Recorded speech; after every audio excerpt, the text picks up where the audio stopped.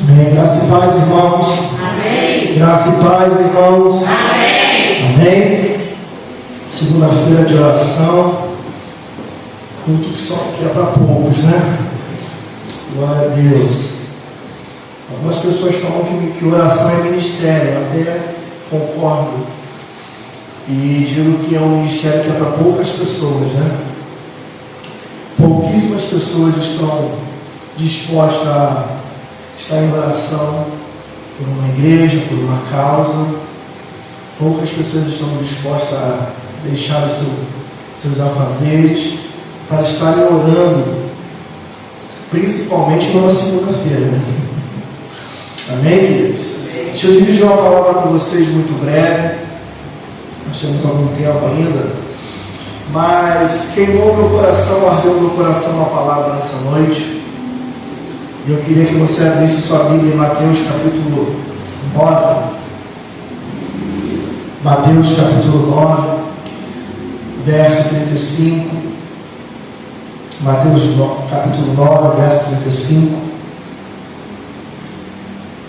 Um texto bem conhecido, que nós citamos nas orações, mas não entendemos o significado do que Jesus disse. Eu quero te esclarecer nessa noite. Amém? Mateus capítulo 9, verso 35, diz assim: percorria Jesus todas as cidades e aldeias, ensinando nas sinagogas deles e pregando o evangelho do reino e curando todas as enfermidades e moléstias.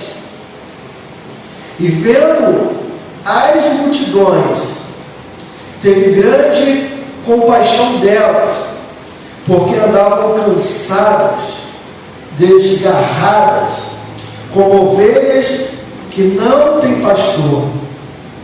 Então disse aos seus discípulos: a seara é realmente grande, mas pouco são os trabalhadores. Rogai, pois, ao Senhor da seara que envie trabalhadores para a sua colheita. Amém? Eu ouvi alguém citando isso aqui hoje à noite. Então, irmãos, eu gostaria de falar muito rápido sobre a unidade do clamor. Pastor, o que significa unidade? Todos remando numa mesma direção. Você já viu, ou você lembra aquela brincadeira que tínhamos antigamente chamado cabo de guerra? Há um grupo de um lado, um grupo de outro lado, segurando uma corda, uma linha é traçada no meio e há um lenço no meio da corda. E aí as equipes começam a fazer força para que o lenço ultrapasse o maior número de metros. E aí quem conseguir puxar a corda o maior número de metros adentro vence. Ou seja, quem está nessa brincadeira está com um objetivo. Qual é o objetivo? Vencer.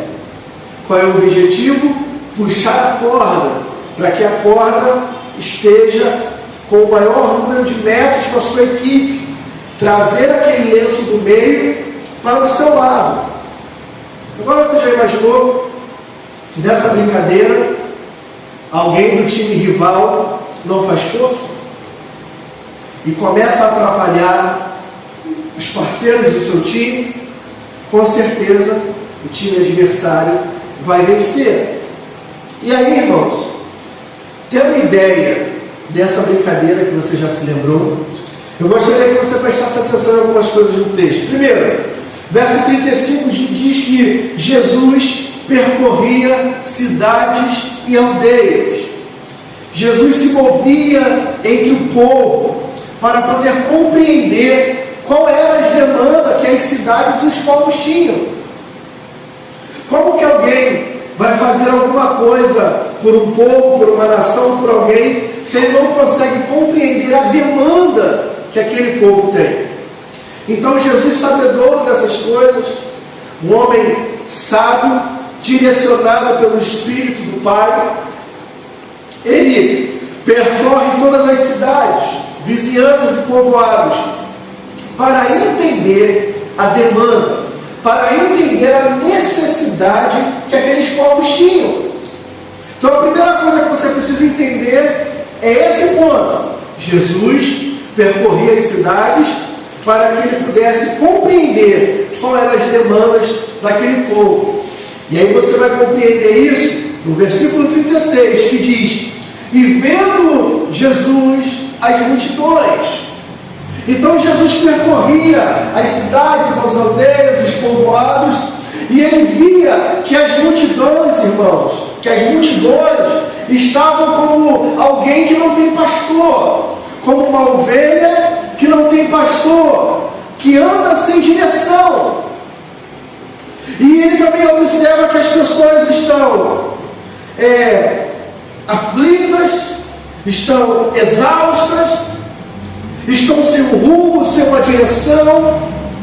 E o texto que nós acabamos de ler, quando fala sobre pessoas aflitas, fala de pessoas que estão fracas, pessoas que estão cansadas, pessoas que estão sem esperança. O texto também fala de pessoas que estão exaustas, são pessoas que estão sem forças. Diz que estão como ovelhas sem pastor. Então são pessoas que estão andando da sua própria maneira, sem uma direção, sem uma orientação, sem alguém que possa apontar um caminho. O verso 36 ainda diz que Jesus, ele se compadece dessas pessoas. O texto que nós acabamos de ler no grego, compadecer, tem a ver com ser movido intimamente, ser movido pelas entranhas. É algo que não vem daqui de fora, é algo que não está aqui fora, mas é algo que vem de dentro. É algo que ele olha as pessoas e ele se sente no lugar daquelas pessoas. E quando nós olhamos com um olhar de compaixão para as pessoas, automaticamente nós queremos ajudá-las. Por quê? Porque nós nos vemos naquela posição. Ou se um dia a gente já passou por aquilo, ou se um dia a gente já viu alguém próximo passando. Então, Jesus olhou aquelas pessoas e disse: tenho compaixão delas. Dentro de mim se move para poder ajudá-las. Perdão. E o que Jesus vai fazer? Vai virar para os seus discípulos. Quem são os seus discípulos aqui, irmãos? São seus alunos, são seus aprendizes, são homens que dariam continuidade ao trabalho que Jesus começou, homens que manifestariam o governo que Jesus está estabelecendo. Então ele vira para os seus discípulos e fala, ele vira para os seus alunos e diz: olha, é necessário clamar, é necessário, agora no verso 38, é necessário rogar ao Senhor da seara que mande trabalhadores. Mas se a gente voltar um pouquinho no 37, ele fala assim, quando ele vira para os discípulos, ele fala: grande é o que é o campo, grande é a seara, e poucos são os trabalhadores, poucos são os obreiros. Pastor, o que é seara? Seara é um lugar de colheita, é um campo vasto, grande, que precisa ser coletado aquilo que foi plantado nela.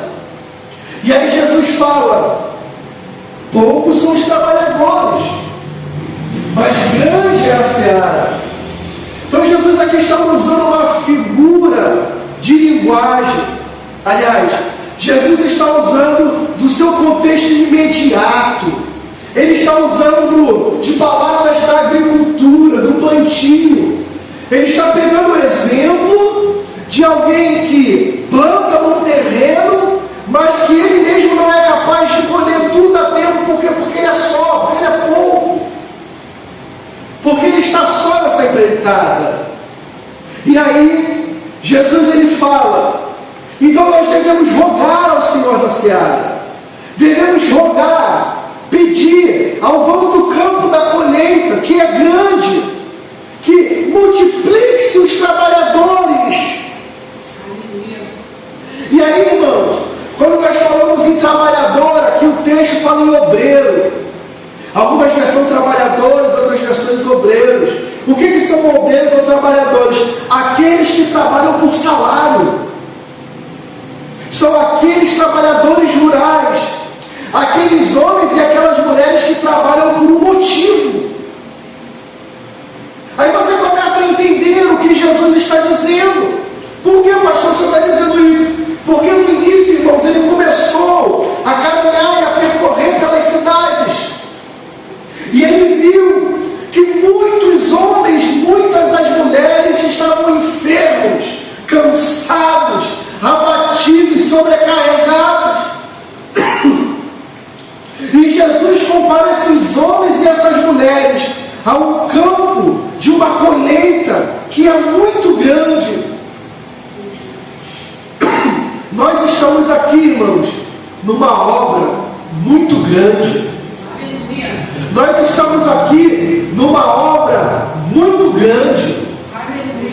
Por isso que nós oramos para que o dono dessa obra mande trabalhadores.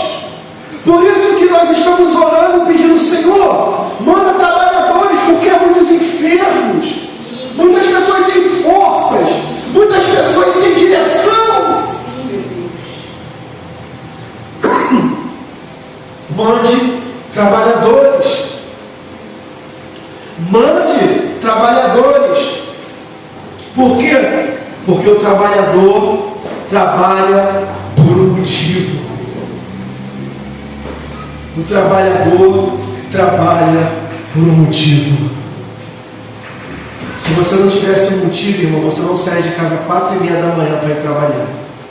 Você tem um motivo, porque você sai 4:30 da manhã da sua casa.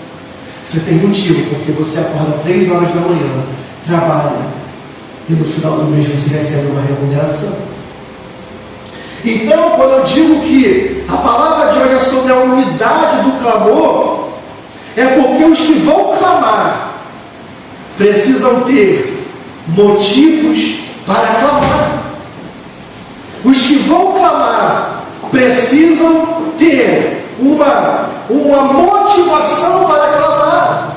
Não é só citar o texto, Senhor, está escrito na tua palavra, grande é a seara, mas poucos são os trabalhadores. Tá, mas para quê que nós queremos trabalhadores?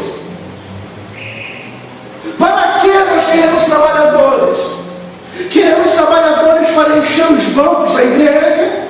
Queremos trabalhadores para multiplicar o número de membros da igreja e ter que alugar um novo espaço para dizer, agora eu sou um pastor de sucesso, porque a minha igreja tem 200 membros, porque a minha igreja tem 1000 membros.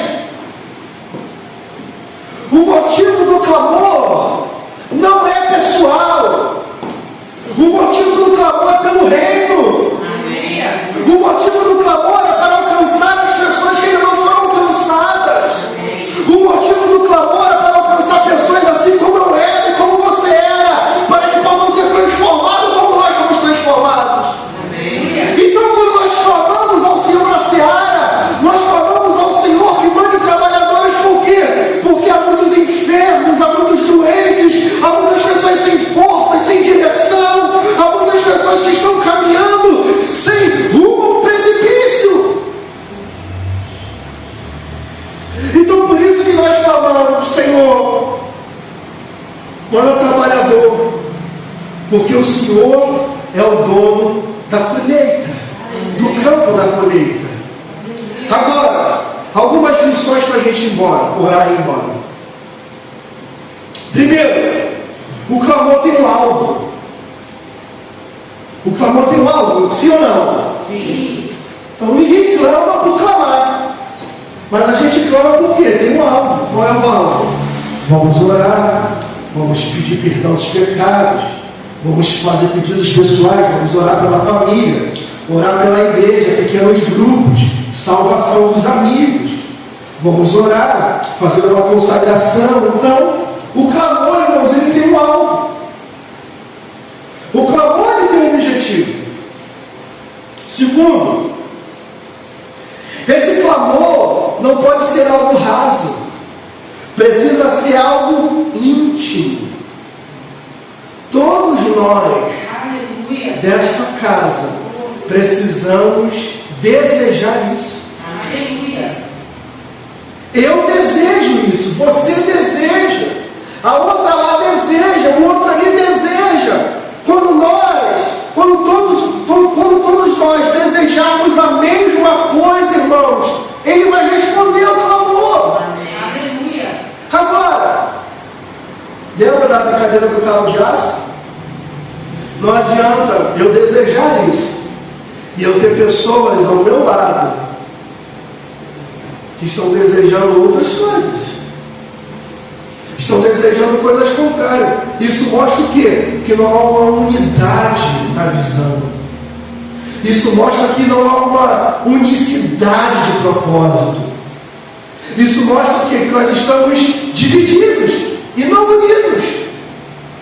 Então, o clamor, irmãos, precisa ser algo íntimo, precisa ser algo desejado.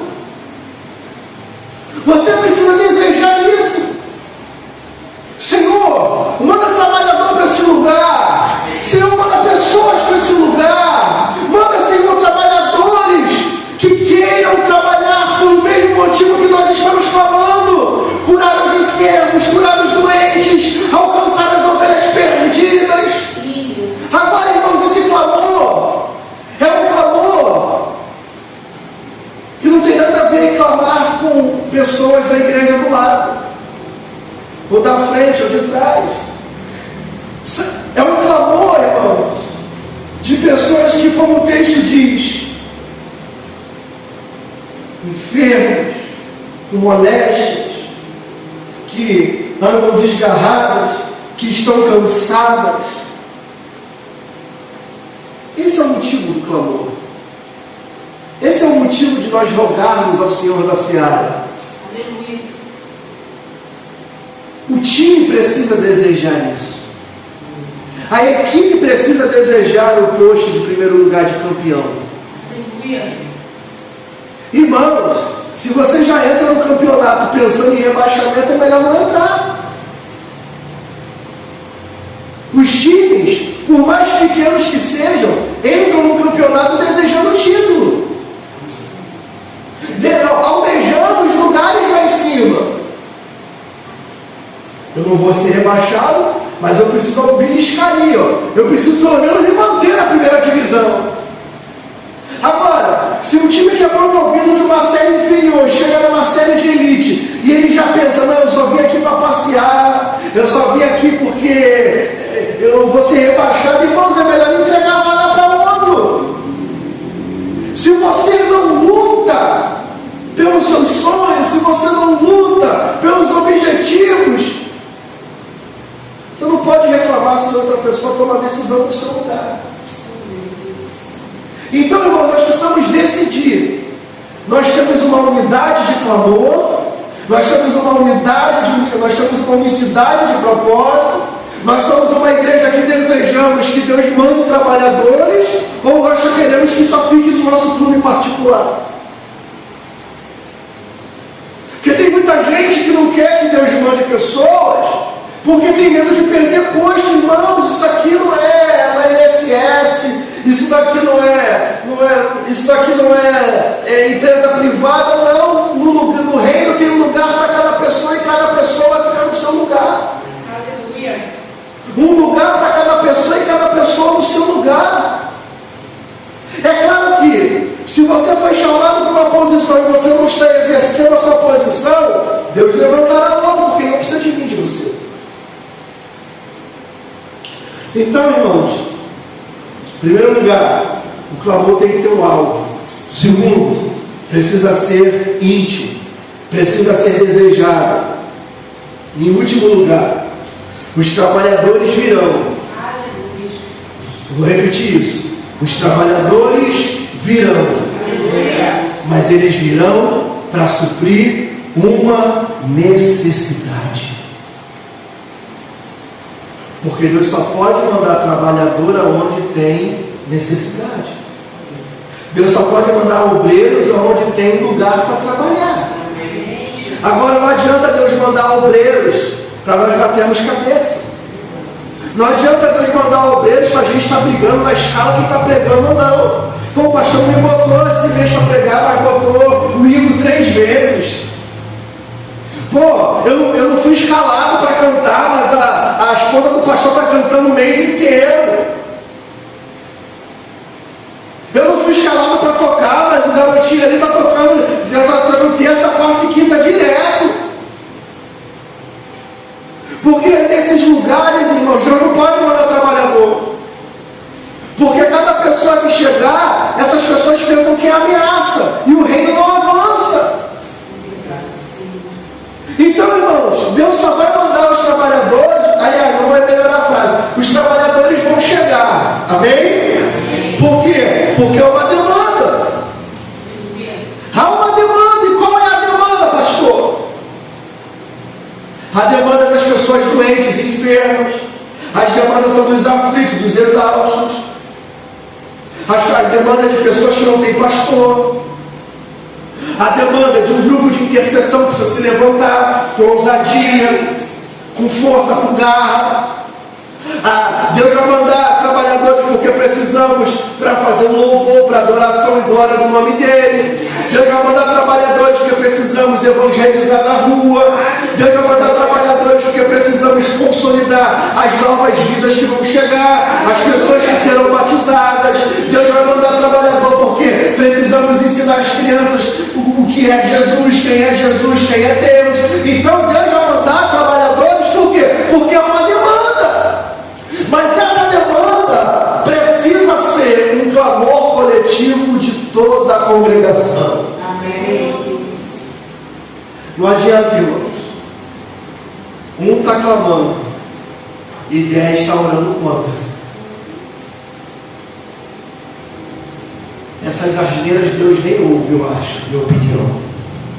Não, eu estou orando contra. Orando contra? Então tu não é irmão. Então tu não és Cristo. Porque quem ora contra o crescimento da obra é o adversário da nossa alma. Ele não quer que a obra avance. Ele não quer que a obra cresça. Eu não estou falando da instituição. Não estou falando do nosso CNPJ. Eu estou falando daquilo que o Evangelho promove. Salvação, cura, libertação, transformação da sociedade. Como nós vamos ser uma igreja relevante no bairro, se a glória dele não se manifesta no nosso meio? Como que os povos e as nações virão aqui, se não há cura, não há libertação, não há manifestação da sua graça, não há exposição da palavra? Então, irmãos, eu vou repetir, vou orar para a gente encerrar. Nosso horário já deu. Deus, o Senhor da seara, o dono da colheita, vai mandar trabalhador. Diga amém. Amém. Porque é uma demanda. Trabalhei alguns anos com RH, recrutamento e seleção. E a gente só abre vaga quando há demandas. Exemplo, pegamos um contrato novo. Eu preciso agora de 10 auxiliares de serviços gerais, 3 encarregados, um supervisor, 2 administrativos. Então, há a necessidade de se abrir um recrutamento, uma seleção, para trazer novos colaboradores, novos trabalhadores. E aí, se abre a seleção. Então se traz novos trabalhadores. Não sei se você consegue me entender. Há uma demanda, irmãos. Há uma demanda da Batista Casa de Paz. Há uma demanda da IBK. E Deus vai mandar trabalhador. Mas nós precisamos desejar isso. Precisamos clamar isso. Nas nossas orações, no nosso jejum, precisamos orar nesse sentido. Senhor, o pastor nos explicou o que significa o texto. Manda trabalhador, porque há uma demanda. Agora, se o nosso desejo for que Deus mande trabalhador para que nós possamos ficar altivos, somos a maior igreja do bairro, somos a melhor igreja, o melhor louvor é o nosso, os melhores pregadores estão aqui, nós somos a igreja que a teologia é a mais correta. Deus não vai mandar pessoas para suprir uma demanda. Vão chegar até pessoas, mas não chegarão ovelhas, chegarão bodes. E Deus não me chamou para ser pastor de bode. Deus me chamou para ser pastor de ovelha. Vou repetir, porque vai parecer pesado. Deus não me chamou para ser pastor de bode. Deus me chamou para ser pastor de ovelha. Amém? Foi para isso que essa porta se abriu. Foi para isso que essa igreja foi estabelecida. Essa igreja não foi estabelecida por causa de rebelião. Essa igreja não foi estabelecida por discordância. Essa igreja foi estabelecida primeiro porque Deus desejou. Segundo, porque havia uma concordância da nossa liderança na época. Começamos com uma missão, começamos com um projeto e depois nos tornamos uma igreja. Realmente, irmãos, nós vivemos de estações, já passamos por algumas estações, mas eu creio que está chegando o tempo da colheita. O tempo de cantar vai chegar. O tempo de consolidar as vidas vão chegar. E o meu clamor é: manda, Senhor, trabalhadores fiéis e leais à visão que o Senhor colocou nessa igreja. Porque que adianta vir pessoas que falam: pastor, Deus mandou vir para esse lugar, e na primeira reunião eu não concordo, eu discordo. Não é que todo mundo tem que concordar com tudo, irmãos, mas há uma visão, há um direcionamento. Amém? Então, nosso clamor vai ser: manda trabalhadores, Senhor, porque há uma demanda. Amém? Curva sua cabeça e deixa eu orar.